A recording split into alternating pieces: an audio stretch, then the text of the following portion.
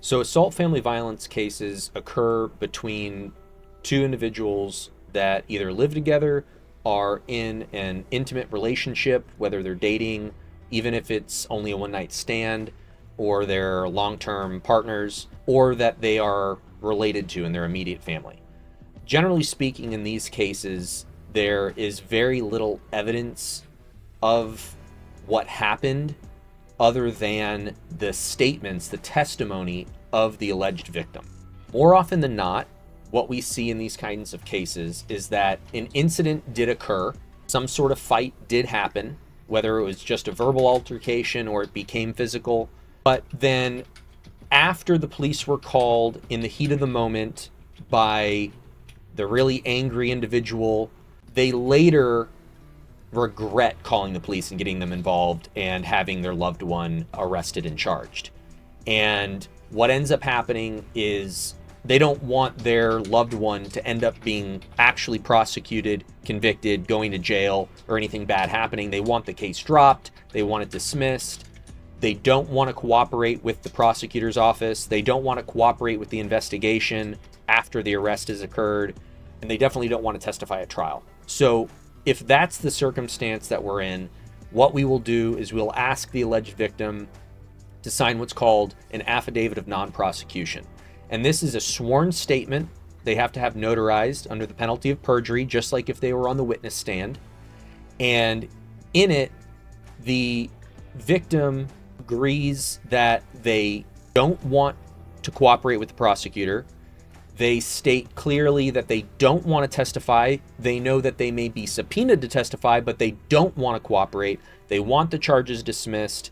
And sometimes they'll even state very specifically that the suspect, the defendant, their loved one, didn't in fact do anything to them, never harmed them in any physical way, and that the statements that they gave to the arresting officer at the time of the incident were taken out of context or are otherwise misrepresented. Once we have that affidavit in hand, it's not a silver bullet. It doesn't make the case go away. The prosecutor's office, the prosecutor assigned to the case, has to make an independent determination as to whether or not they believe they still have sufficient evidence to prove beyond a reasonable doubt that our client committed this offense. And if they believe that they can prosecute this case successfully, even without the cooperation of the victim, they very well may choose to continue the prosecution. And the affidavit itself cannot force the prosecutor to drop the charges or dismiss the case. It is, though, a clear sign to them that they are going to have a difficult time getting the alleged victim to participate in a meaningful way.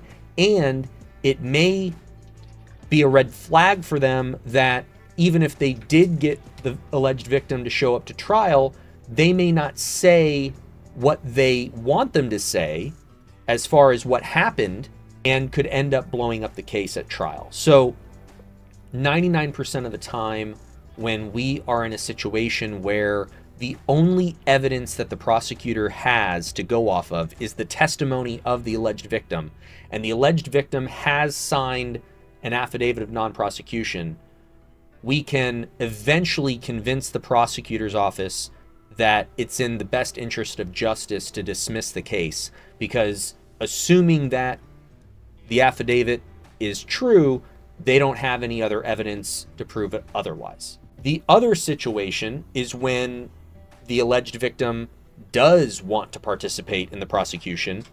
They do want their loved one to be charged and convicted, and they are willing to cooperate and testify at trial.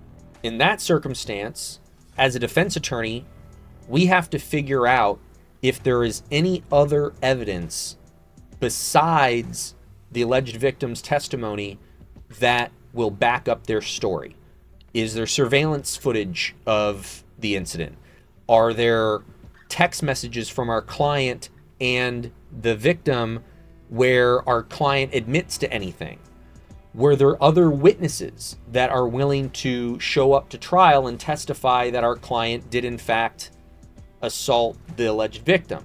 Once we've ruled out that there's no other corroborating evidence to support the alleged victim's statements, then we start building a case about credibility. And what that means is, absent any other corroborating evidence, the jury only has the victim's statements to go off of to determine whether or not, beyond a reasonable doubt, our client committed this assault.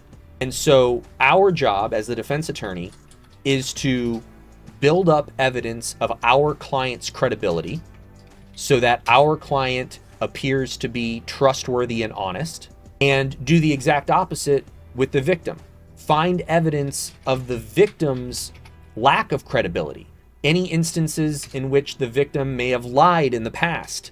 Any instances in which the victim may have been the aggressor in altercations between our client and them in the past. We will spend as much time as we need to building up the credibility evidence of both our client and the victim, and then make a determination about whether or not at trial we think a jury will likely believe the victim's story in spite of all of the evidence we've built against their credibility. What I will say is, even in these cases where we do expect the victim to testify at trial against our client, unless there is corroborating evidence to back up the victim's story, we feel very confident that we can convince a jury that the victim's statements alone are not sufficient to prove beyond a reasonable doubt that our client committed the assault.